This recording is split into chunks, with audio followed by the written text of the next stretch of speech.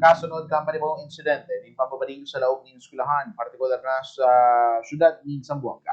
Ipigdoon man kang grupo ng mga paratok doon na kinakaipuhan na matukar ini in maayos sa sin kolektibong makagiwan ng solusyon sa mga siring na bagay. Sigun kay Teachers Dignity Coalition Chairperson Benjo Pasas sa entrevista kang Bombo Radyo de Gaspi, bagong patas na itukto sa nagkapera sana sa saindang personahes ang dakunang paninimbagan sa nasambitan ng Orolaya. Pig-agyat niyan kang grupo ang gobyerno na maresolberan ang isyu. Ipigahayag mani Basas na dapat magkugwaan ng maayos na polisiya, tauanin diretso sa mga protukdo kung napapano magdisiplina sa mga estudyante.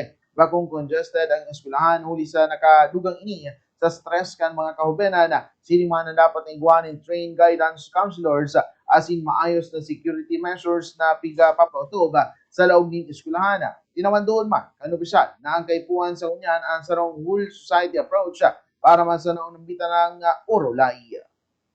Actually, no, what we really need, no, right now po, no, to discuss this po, no, ng maayos and to collectively, no, actually go for the solution, no, for this urgent matter po. No. Kaya nga, no, yun nga yung malungkot, alam mo, kita mo sa haba ng usapan phone or whichever, no, gadget, di ba? Hindi na namin yun, I mean, hindi na namin kaya. So, pagtulong-tulungan natin, no, we need, what we need is a whole of society approach po, no, para po dito sa issue po na ito.